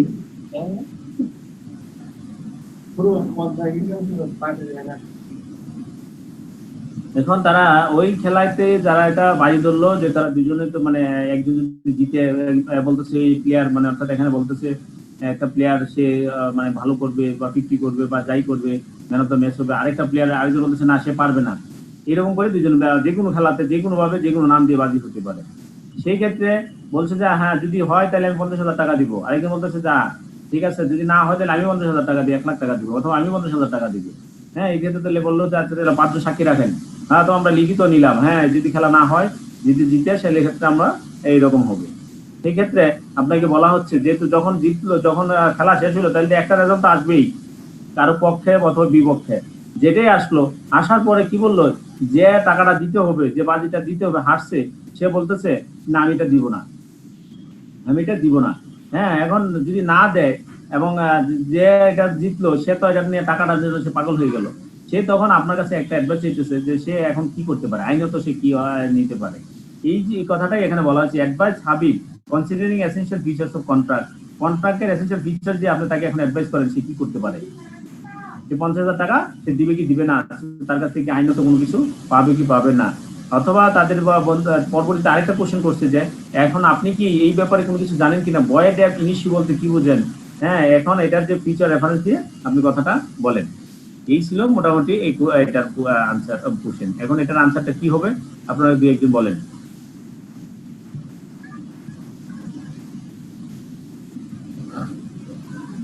তাহলে কি হবে এরকম যদি খেলা নিয়ে বাজি হয় কি হবে? এই ক্ষেত্রে করেছিলেন একদিন স্যার, এই ক্ষেত্রে হচ্ছে যে এটা মানে এটাই জুয়ার মতো হয়ে গেছে, সেজন্য এটা লিগ্যাল না। প্রথমে sir intention to create legal right, legal relationship না এটা, এজন্য এটা শুরুতেই বাতিল হয়ে যাবে। শেষ, তাহলে এটা আমরা আলোচনা করলাম না, এটা আমরা হয়ে গেল। প্রথমে হচ্ছে যে আপনার এরকম কোনো যদি কোশ্চেন আসে, ঠিক আছে, যদি বাজি রিলেটেড অথবা আপনার কোনো মানে যেগুলার কোনো ইয়ে থাকে না, লিগ্যাল কনসিডারেশন থাকে না, সেই ক্ষেত্রে প্রথমে হচ্ছে ওই ফিচারের জন্য আপনি কন্ট্রাক্টের যে 6টা ফিচার আমরা পড়ছি, ওই ফিচারগুলো আমরা বলবো ওই ফিচারের ভিতরে কোন কোন ফিচারগুলো এটা এলাও করে না, এই জন্য সে একটা ভয়েড হয়ে। দেন সেকেন্ড কোশ্চেন হচ্ছে ভয়েড অ্যাব ইনিশিউ কি? ভয়েড অ্যাব ইনিশিউ হচ্ছে যেটা শুরুতেই যেই কারণে শুরুতেই এটা মানে আপনার বাতিল করা যায়, বাতিল হয়ে যায়, সেটা ইনিশিয়ালি বাতিল, সেটাকে বলতে ভয়েড অ্যাব ইনিশিউ। ঠিক আছে, এই ছিল এরকম কেস যদি আসে পরীক্ষায়, আর আসলে সাধারণত এরকম আসবে নামটা ঘুরাবে অথবা অন্য কোনো খেলা হবে অথবা অন্য কোনো মানে প্রোগ্রাম হবে, এই নিয়ে কথা হতে পারে। ঠিক আছে, এই হলো ফার্স্ট কোশ্চেন গুলো।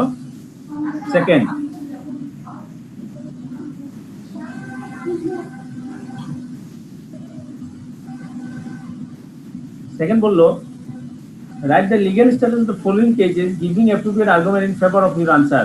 Mr. A entered into an agreement with his wife. Mr. মানে একজন মানে এক লোক তার স্ত্রীকে সে একটা হাউস দিবে, বাসা দিবে, একটা ফ্ল্যাট দিয়ে দিবে অথবা তার নামে দিবে উইথাউট পারচেজ কনসিডারেশন, কিন্তু পরবর্তীতে সেটা রিফিউজ করলো, সেটা দিল না, রিফিউজ করে সে রেজিস্টার করলো না। রেজিস্টার না করলে কিন্তু হয় না, রেজিস্টার করে যদি করে দিয়ে দিত তাহলে উইথাউট কনসিডারেশন ছাড়া সেটা হইতে পারে এগ্রিমেন্ট, কিন্তু সে যেহেতু রেজিস্টার করে না, রিফিউজ করে দিল, এই জন্য পরবর্তীতে তার ওয়াইফ তার নামে কি করলো, মামলা দায়ের করলো হাজবেন্ডের নামে, এবং কেন তার অনার করা হলো না, তাকে কেন এই রেজিস্টার করে দেওয়া হলো না।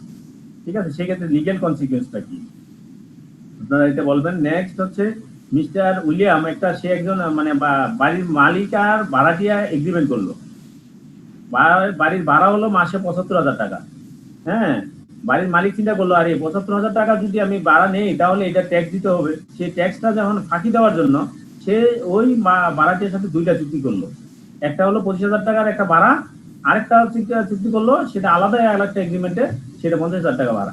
সে কি করবে, বাড়ির মালিক সে শুধু 25,000 টাকা ভাড়া দেখাবে এবং এই 25,000 টাকার ট্যাক্স দিবে। এই পারপাসে সে তার মানে ভাড়াটিয়ার সাথে এগ্রিমেন্ট করলো। এখন ভাড়াটিয়া কি করলো, 6 মাস এইভাবে ভাড়া দিল সঠিকভাবেই, পরবর্তীতে সে 50,000 টাকা দিব না, কারণ সে জেনে বলছে যে না এই যদি হয় তাহলে আমি 50,000 না দিলে সে আমার কিছু করতে পারবে না। সে বললো যে না আমি 50,000 টাকা দিব না।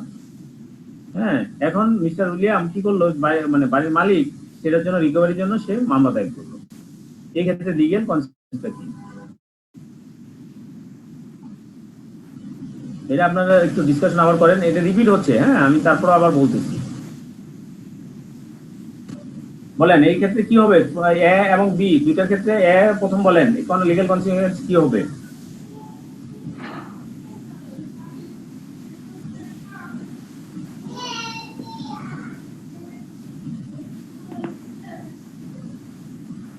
বলেন, একজন বলেন। এতে স্যার, এতে মনে হয় কোনো প্রতিদান নাই, এই জন্য মনে হয় এটা কোনো ভ্যালিড ট্রানজাকশন হয় না, এটা মনে হয় ভ্যালিড এগ্রিমেন্টে লিখিত কোনো এগ্রিমেন্ট হয় না, সেজন্য ওইটার কাউন্টেবল হবে না। বিকজ ওখানে প্রথমে আপনার ন্যাচারাল লাভ এন্ড এফেকশন ছিল, পরে ন্যাচারাল লাভ এন্ড এফেকশন কাজ করছে না। হ্যাঁ, মানে ন্যাচারাল লাভ এন্ড এফেকশনের কারণে সেটা এগ্রিমেন্ট কনসিডারেশন ছাড়াও হয়ে এগ্রিমেন্ট এটা হতো, কন্ট্রাক্ট ভ্যালিড হতো। ঠিক আছে, ভ্যালিড হয়, রেজিস্টার যদি করে দেয় তাহলে ভ্যালিড হয়, কিন্তু এটা রেজিস্টার সে এখনো করে নাই। আগে সে বলছে, মৌখিক বলছে বা লিখিত, তাকে হয়তো বা কোথাও লিখিত দিচ্ছে, কিন্তু এই লিখিত আসলে এটা রেজিস্টার্ড না। যদি সে রেজিস্টার্ড হাউস দেয় তাহলে তার নামে সেটাও কি হবে, কন্ট্রাক্ট হবে। সে রেজিস্টার্ড এখন করে নাই, এখন সে রেজিস্ট্রেশন করতে রিফিউজ করছে। এই জন্য এটা আপনার ন্যাচারাল লাভ এন্ড এফেকশনের হওয়া সত্ত্বেও এই এগ্রিমেন্টটা ভয়েড হবে, সেই জন্য সে আইনত কোনো সাপোর্ট পাবে না। ক্লিয়ার? সেকেন্ড বি অপশনটা বলেন স্যার। বি এর ক্ষেত্রে হচ্ছে গিয়া স্যার, এটা হলো গিয়া লফুল কনসিডারেশনের ক্ষেত্রে এটা বাদ পড়ে, কারণ এখানে ট্যাক্স ফাঁকি দেওয়ার একটা সুযোগ আছে। ইন্টেনশন তার ইন্টেনশন, হ্যাঁ ইন্টেনশন, ঠিক আছে, জি তার ইন্টেনশন লফুল খারাপ। অবজেক্ট না, এখানে লফুল অবজেক্ট না, তার অবজেক্টটা লফুল না। ঠিক আছে, এই জন্য সে এই ক্ষেত্রে তার বিরুদ্ধে কোনো কিছু করতে পারে না। লফুল কনসিডারেশন ক্ষেত্রে এটা বাদ। হ্যাঁ, লফুল কনসিডারেশন বলবো না, এখানে বলবো লফুল অবজেক্ট। কনসিডারেশন তো হচ্ছে একটা বিনিময়ে একটা দেওয়া, ঠিক আছে, এখানে লফুল আরেকটা থাকে লফুল অবজেক্ট। হ্যাঁ বলেন। এটা হচ্ছে লফুল অবজেক্ট, এখানে প্রথমেই মানে কাজ করছিল না, কাজে এটা আইনগতভাবে কোনো অ্যাপ্লিকেশন হবে না। অ্যাপ্লিকেশন হবে না, রাইট। এটা তো অবৈধ জিনিস না স্যার, এটা ঠিক আছে। হ্যাঁ, এই ছিল মানে আমাদের কেস স্টাডি স্টাইল। আসলে আপনারা আপনাদের নিজের মতো করে লিখবেন। দেন আমরা বলতেছি কোয়াজি কন্ট্রাক্ট কাকে বলে, শর্ট নোশন কোয়াজি কন্ট্রাক্ট আমরা বলছি আগে কোয়াজি কন্ট্রাক্ট কি, ঠিক আছে। Then what do mean by the term of contract, কন্ট্রাক্টের টার্ম অফ কন্ট্রাক্ট বলতে কি বুঝি আমরা, হ্যাঁ। Explain how the terms of contract are establish, কন্ট্রাক্টের টার্ম কিভাবে এস্টাবলিশ হয় আমরা বলছি। চারটা ভাবে কন্ট্রাক্টের টার্মস এস্টাবলিশ করা যায়, হ্যাঁ, সেই চারটা পন্থা লিখে দিবেন। According to sale of goods act define following, এইগুলা ডিফাইন করেন।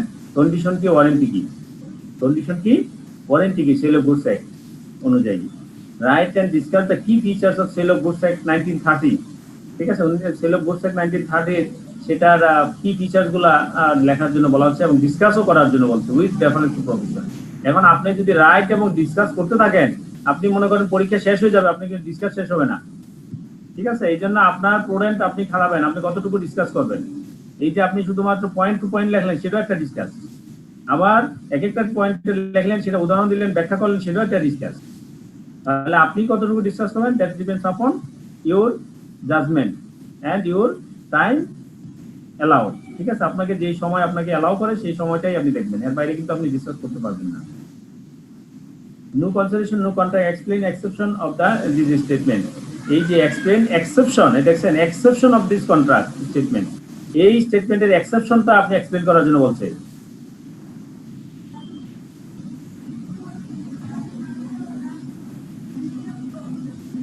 আপনাদেরকে আসলে ফুললি যদি আমি আনমিউটে সুযোগ দিই তখন আপনারা সঠিক থাকেন না, বারবার আমার মিট করতে। এখন বলেন এখান থেকে কি হচ্ছে, কোয়াজি কন্ট্রাক্ট কি শর্ট নোটস লিখতে পারবেন?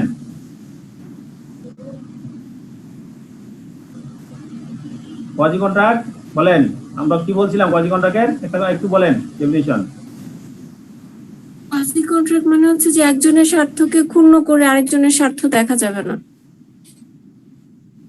বলছিলাম কোয়াজি কন্ট্রাক্ট মানে হচ্ছে যে স্যার আরেকজন বলেন কোয়াজি কন্ট্রাক্ট বললে তো আমরা কি বলছিলাম?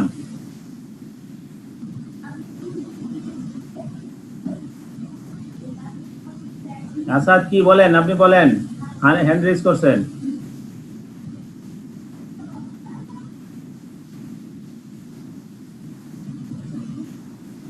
কোয়াজি কন্ট্রাক্ট কি আমরা বলছিলাম, কোয়াজি কন্ট্রাক্ট কি আপনারা তো ভুলে গেছেন। কোয়াজি কন্ট্রাক্ট হচ্ছে আপনার কোর্টের মাধ্যমে যখন আপনার ওই কন্ট্রাক্টের ডিসিশন আসতে হবে তখন তাকে বলা হচ্ছে কোয়াজি কন্ট্রাক্ট। ঠিক আছে, মনে পড়ছে জি। হ্যাঁ, আপনি কোয়াজি কন্ট্রাক্ট আগে থেকে আপনার ওটা ডিসিশন হয় না, সেই ডিসিশনটা হতে হবে আপনার কোর্টের মাধ্যমে। ঠিক আছে, কোয়াজি কন্ট্রাক্ট বলা হয়। ক্লিয়ার? টার্মস অফ কন্ট্রাক্ট কিভাবে এস্টাবলিশ হয়, টার্মস অফ কন্ট্রাক্ট কি এবং এটা এস্টাবলিশ হওয়ার টার্মসগুলো কি? স্যার এটা চারটা আছে, চারটা আছে। এটা হলো incorporation by actual notice, by signature, provision of reasonable notice, আর হলো course of dealings. Thank you. এই যে চারটা টার্মস অফ কন্ডিশনের মাধ্যমে এই ইনকর্পোরেশনের মাধ্যমে ইনকর্পোরেশন করা হয় চারটা ওয়াইতে। দেন আমরা বলছি কন্ডিশন ওয়ারেন্টি, এটা আজকে আলোচনা করলাম। কি ফিচারগুলো যেগুলো আলোচনা করছি এর ভিতরে আপনি মেন যেগুলো আপনি জানেন আপনার মনে থাকবে সেগুলোই দিয়ে দিবেন। তারপর no consideration, no contract, exception ছিল 3টা পয়েন্ট। বলেন, একজন বলেন 3টা পয়েন্ট কি বলছিলাম নো কনসিডারেশন, নো কন্ট্রাক্টে?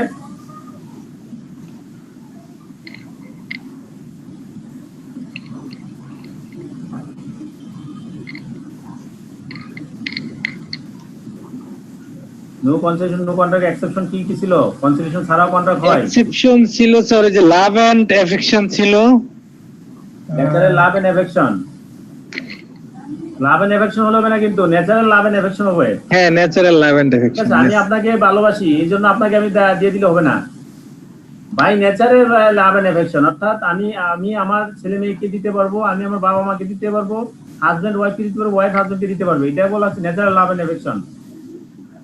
হ্যাঁ, দেন ছিল স্যার ভলান্টারি সার্ভিস যদি কিছু থাকে, যদি ভলান্টারি সার্ভিস অলরেডি প্রোভাইড করে থাকে তাহলে সেই ক্ষেত্রে কনসিডারেশন আর ছাড়াও যদি কন্ট্রাক্ট একজন আরেকজনকে অথরাইজ করে দেয়। হ্যাঁ, ডেটের ক্ষেত্রে লোন সুদের ক্ষেত্রে যদি এরকম হয় একজন আরেকজনের ক্ষেত্রে অথরাইজ করে দেয় থেকে থার্ড পার্টি যদি একটা পেমেন্ট করে সেক্ষেত্রে নো কনসিডারেশন, নো কন্ট্রাক্ট হবে।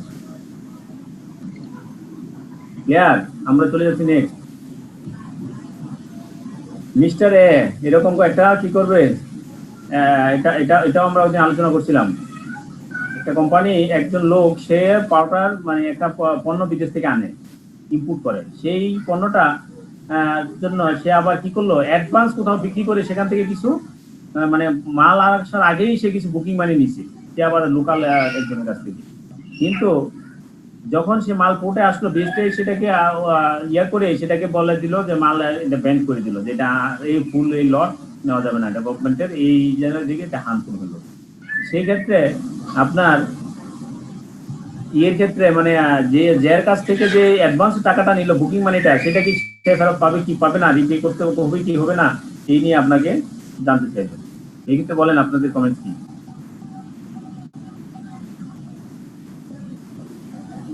এখানে স্যার যেহেতু মালটা সে ফিউচারে করবে আপনার প্রোভাইড করবে, সেক্ষেত্রে হচ্ছে কি তাকে অবশ্যই গুণগত মানসম্পন্ন মাল দিতে হবে। এখন যেহেতু এটা ডিফেক্টিভ মাল এবং বিএসটিআই সেটাকে অনুমোদন দেয়নি, তাহলে তো স্যার সে তার থেকে যে অ্যাডভান্স টাকা নিয়েছে তাহলে তো সে সেটা ফেরত পাবেই। আরেকজন বলেন, আর অন্য গ্রাউন্ডে কি বলেন?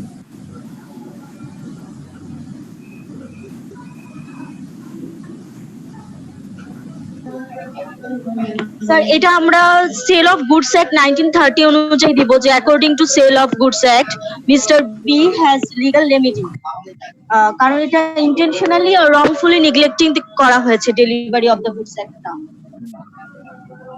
স্যার এটাকে আমরা থার্ড পার্টি ইন্সপেকশনের ওই প্রসেস যাব স্যার। থার্ড পার্টি ইন্সপেকশন দ্বারা প্রোডাক্টটাকে বলা হলো যে মানে আর কোয়ালিটি ফুল না, তারপরে স্যার এটা স্যার যে অ্যাডভান্স দিল সে তার টাকা ফেরত পাবে।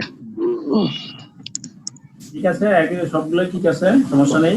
মেইন হচ্ছে যেহেতু এখানে আমি যেটা বলবো, আমি বলবো যে যিনি অ্যাডভান্স টাকাটা দিলেন, বুকিং মানি দিলেন, উনি তো বুকিং মানি দিছে, সে যথাযথ মাল দিবে। ঠিক আছে, যথাযথ মাল দিবে, সেখানে সে হার্মফুল প্রোডাক্ট আনবে, মিল্ক পাউডারের ভিতরে কোনো হার্মফুল জিনিস থাকবে সেটা তো সে জানে নাই, এবং সেই অনুযায়ী সে বিশ্বাস ছিল যে সে যথাযথ মাল দিবে, এই জন্য সে বুকিং মানি দিচ্ছে। এবং তার সাথে যিনি ইম্পোর্টার সেও সেইভাবেই কি করা হলো, তার সাথে অথবা এগ্রিমেন্টে গেছে। যদি যেহেতু তার মাল এখন হার্মফুল হলো, সেটার দায় দায়িত্ব আসলে ইম্পোর্টারই এখানে বহন করতে হবে। ঠিক আছে, এক্ষেত্রে যে বুকিং মানি সে তার ক্ষেত্রে লিগ্যাল রেমেডি পাবে, সেখান থেকে সে টাকাটা ফেরত পাবে। এটা হচ্ছে আমার কমেন্টস, ঠিক আছে। নেক্সট আমরা চলে যাচ্ছি। আমির এন্ড আকবর আর friends they reach a written agreement regarding Indian team. ওই যে একটু যেগুলো বলছি এগুলা ওইগুলো ভ্যালিড কন্ট্রাক্ট কি ভ্যালিড কন্ট্রাক্ট কিনা, হ্যাঁ, এরকম কোনো বাজি দেওয়া কখন ভ্যালিড কন্ট্রাক্ট হতে পারে না। Describe how the law control the using of excluding limiting unfair terms. Excluding limiting unfair terms এর ওই ডেফিনিশন গুলো ওটা আমার সেটা আছে, এগুলো দেখে নিয়ে এখানে। Explain when the parties will be regarded as intending to the agreement to be legally binding, ঠিক আছে। ওই যে সেল অফ গুডস অ্যাক্ট অনুযায়ী ওখান থেকে দেখে নেবেন। Explain how the terms of contract are established and there is যেটা বললাম contract act according to contract act 1872 what are the conditions of the valid offer। valid offer এর ক্ষেত্রে কি condition. Explain the ways of the revocation of offer কিভাবে revocation করা যায় সেই পন্থাগুলো অফারের ক্ষেত্রে নিচে পয়েন্টগুলো। এটা দেখেন, এটা একটু পড়েন আপনারা। আমরা গত আগে আমরা আলোচনা করেছি, সেটা আবার রিপিট করতেছি, এই জন্য আমি রিপিট সরাসরি লাইন করতেছি না। হ্যাঁ বলেন কি বলছিল, এটা মনে আছে? না স্যার মনে নাই। না মনে আছে, এটা হচ্ছে যে রিওয়ার্ড দেওয়াটা বাধ্যতামূলক না, বাট ইথিক্যাল গ্রাউন্ডে তাকে দেওয়া উচিত। হ্যাঁ মানে হচ্ছে এটাও ইথিক্যাল গ্রাউন্ডে বলতে পারি, আবার ওইটাও বলতে পারি। ওই যে আমরা লফুল মানে নো কনসিডারেশন নো কন্ট্রাক্টের ক্ষেত্রে আমরা বলছি ভলান্টারি সার্ভিস, যেটা exception of no consideration no contract. জি স্যার, এই ক্ষেত্রে এটা কি হচ্ছে, এটা আপনার গ্রান্টেড কন্ট্রাক্ট। ক্লিয়ার? আমি তারা নতুন তাদের জন্য আবার বলতেছি, এটা হচ্ছে মানে একটা লোক সে 5 লক্ষ টাকার জিনিসপত্র সে নিয়ে একটা ব্যাগ হারাই ফেলছে, সে তখন যখন সে হারাই ফেললো সে তখন 50,000 টাকা স্যার পুরস্কার ঘোষণা স্যার। হ্যাঁ, তখন সে মানে হতভম্ব হয়েছে, সেটার জন্য খুঁজতেছে কাজতেছে। তারপরে সে বললো আর ইম্পর্টেন্ট ডকুমেন্ট আছে 50 লাখ টাকা এবং আর ডকুমেন্ট গুলো বড় জিনিস। তখন সে বললো যে পাইয়ে দিবে তাকে 50,000 টাকা দিবে। কিন্তু আনফরচুনেটলি কি হলো, সে মানে যে একজন পাইলো সে কিন্তু এই 50,000 টাকা যে ঘোষণা হয়েছে সেটা সে জানতো না। না জানি সে তার মানে ইথিক্যাল গ্রাউন্ডে এবং সে হচ্ছে বাই নেচারে সে অনেস্টিতে সে তার ব্যাগটা ওখানে একটা কার্ড ছিল, ভিজিটিং কার্ড, সেই কার্ড অনুযায়ী তার কাছে এটা পৌঁছে দিল। পৌঁছে দেওয়ার পরে তারপর বললো কোম্পানি লয়ার তাকে বললো স্যার আপনি তো ওই যে 50,000 টাকা ঘোষণা করছেন সে তো এটা জানে না, সুতরাং তাকে এটা দিতে হবে না, আপনার কমপ্লেন নো অব্লিগেশন, আপনার কোনো তার ক্ষেত্রে অব্লিগেশন নাই। এখন চেয়ারম্যান তো পরে কনফিউজ হয়ে গেছে, আরে 50,000 টাকা তাহলে কি আমি না দিব কিনা। হ্যাঁ, এই ক্ষেত্রে আপনার কাছে লিগ্যাল অ্যাডভাইস চাচ্ছে এবং ইথিক্যাল গ্রাউন্ডের অ্যাডভাইস চাচ্ছে, ঠিক আছে। সেটা আমরা বললাম যে ইথিক্যাল গ্রাউন্ডের অ্যাডভাইসে সেটা দিতে পাবে। হ্যাঁ, এবং সে যদি লিগ্যাল গ্রাউন্ডে বলি তাহলে লিগ্যাল গ্রাউন্ডে নো কনসিডারেশন নো কন্ট্রাক্টের ক্ষেত্রে ওখানে একটা চান্স আছে যে যদি সে ভলান্টারি সার্ভিস প্রোভাইড করে থাকে সেক্ষেত্রে সে এটা পরবর্তীতে হলো সেটা পায়। ক্লিয়ার? স্যার তাহলে তো আমরা এটা ভলান্টারি কম্পেনসেশনটাও বলতে পারবো তাই না? হ্যাঁ, ভলান্টারি কম্পেনসেশন যেটা দুইটাই গ্রাউন্ড, যেহেতু এটা একটা এগ্রিমেন্ট হচ্ছে উইদাউট কনসিডারেশন। হ্যাঁ হ্যাঁ, তো এটা ভলান্টারি কম্পেনসেশন হতে পারে। হ্যাঁ সেটা হতে পারে। এই দুটেই গ্রাউন্ড দিয়ে আমরা বলে দিব যে না সে এই টাকাটা তাকে দেওয়াই যুক্তিযুক্ত। তাহলে এর মধ্যে কোনো নাম্বার কাটার সম্ভাবনা তো থাকবে না, যেমন ভলান্টারি কম্পেনসেশন দিয়ে যদি না না থাকবে না। আচ্ছা, thank you sir. All contracts are agreement, but all agreements under contract এগুলো তো আমরা বলছি আগে no concession no contract explain the statement with example. এই দেখছেন একটু আগে আমি বলছি no concession no contract explain the with the exception of the statement, আর এটা বলছে explain the statement with example. Example দিয়ে এটাকে ব্যাখ্যা করেন, দুই মানে আর লেখা সম্পূর্ণ ভিন্ন। এটা আগে আমি কথা বলছিলাম। What is missed presentation in terms of contract 1872 contract 1872 অনুযায়ী মিসড প্রেজেন্টেশন বলতে কি বুঝেন? How can an agreement be avoided due to misrepresentation? Misrepresentation এর জন্য কম্পিউটার আপনার এগ্রিমেন্ট কিভাবে অ্যাভয়েড করা যায়? What is a contract? Briefly describe the essential elements of a valid simple contract. State a valid reason of non-performance of a contract. Builder Limited was under contract to build an extension of land limited at the price of $40,000. Builder Limited completed 3/4 of extension. হ্যাঁ, এটা আমরা বলছি আগে যে এই ক্ষেত্রে আমরা কি হবে, সে যদি ভলান্টারি একটা $40,000 একটা মানে বিল্ডিং তৈরি একটা মানে কনস্ট্রাকশন করলো, পরবর্তীতে সে কি হয়ে গেল, লিকুইডেশন হয়ে গেল কোম্পানির, সে ফুললি করতে পারে নাই, 1/3 নাকি 2/3 করলো, completed 3/4 of the extension. 4 ভাগের 3 ভাগ এটা করে ফেললো, তারপর কাজ বন্ধ হয়ে গেল কেন? ক্রেডিটর্স আর ভলান্টারি লিকুইডেশন, ওই যে বিল্ডার্স লিমিটেড মানে যে যার কাজটা করতে সে লিকুইডেশন হয়ে গেল। হ্যাঁ, তারপর হচ্ছে কমপ্লিট এক্সটেনশন করলে পারলো না, এই ক্ষেত্রে বিল্ডার্স লিমিটেড কি পাবে? কনসিডারেশন অফ দ্য কন্ট্রাক্ট, সেই ক্ষেত্রে সে কি পাবে? সে পার্সিয়ালি পাবে on the basis of liquidation formula, liquidity proportion, জি ফর্মুলা অনুযায়ী সে পাবে। জি। Mention the type of the contract discharge. হ্যাঁ, কন্ট্রাক্ট ডিসচার্জের ক্ষেত্রে কি টাইপ আছে? Describe the factors need to be considered for discharge. Sir এখানে হ্যাঁ বলেন।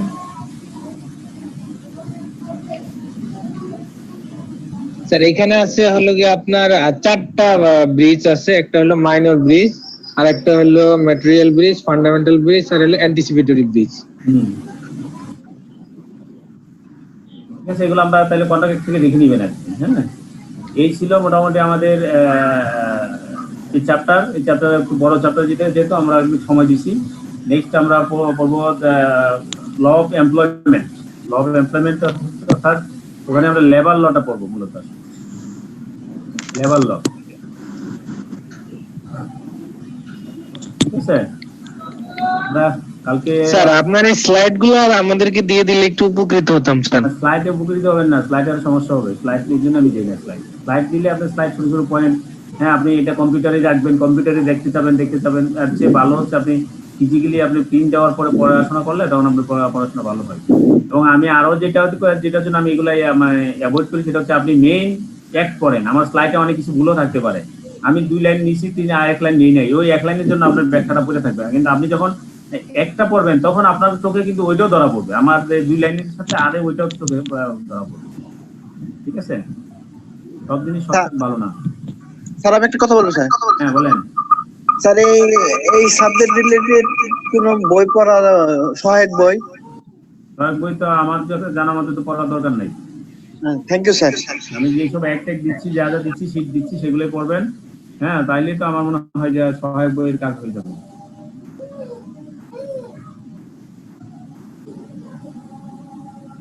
স্যার আমাদের আগামীকালের ক্লাসটাও কি 11টা বাজেই হবে? আগামীকালকে 11টা নাই, আগামীকালকে হচ্ছে রাত্রের 9টায়। রাতে 9টায়? আচ্ছা ঠিক আছে, আমরা রাত্রে 9টায় মানে শুক্রবার ছাড়া বাকি সব দিনই রাত্রে 9টায় আগামীকাল ক্লাস হবে। ঠিক আছে, সবাই মানে কন্টিনিউশন রাখবেন, তাহলে ভালো হবে।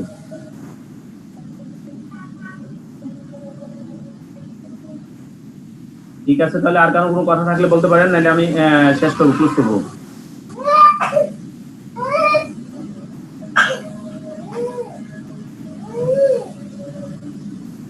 আর কোনো কথা আছে? জি স্যার, হ্যালো। হ্যাঁ বলেন। ও স্যার, আমি শুনতে পাচ্ছিলাম না, ওই জন্য ট্রাই করতেছিলাম। আমি তো শুধু মানে দেখতে পাচ্ছি, কিন্তু আমি শুনতে পাচ্ছিলাম না। মানে আমি শুনতে পাচ্ছিলাম, বাট আমার কথা আপনারা কেউ শুনতে পাচ্ছিলেন না। নেটওয়ার্ক ডেভেলপ করতে হবে।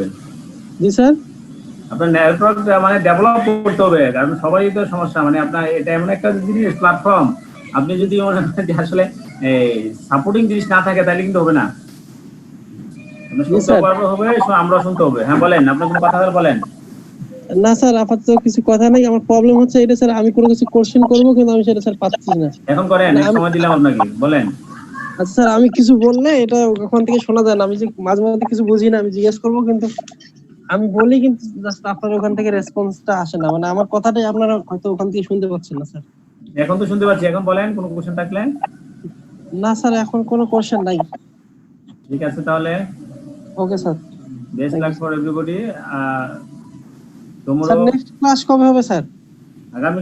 আগামীকালকে রাত্রে 9টায়। স্যার প্রত্যেক দিনে কি স্যার রাত 9টা করে? রাত্রে 9টায়, প্রতিদিন রাত 9টায়। আচ্ছা, thank you sir, thank you. ঠিক আছে, হ্যাঁ প্রতিদিন ক্লাস হবে। ওকে স্যার, আসসালামু আলাইকুম। ওয়ালাইকুম আসসালাম। আসসালামু আলাইকুম। বাবা রে, থ্যাংকস স্যার।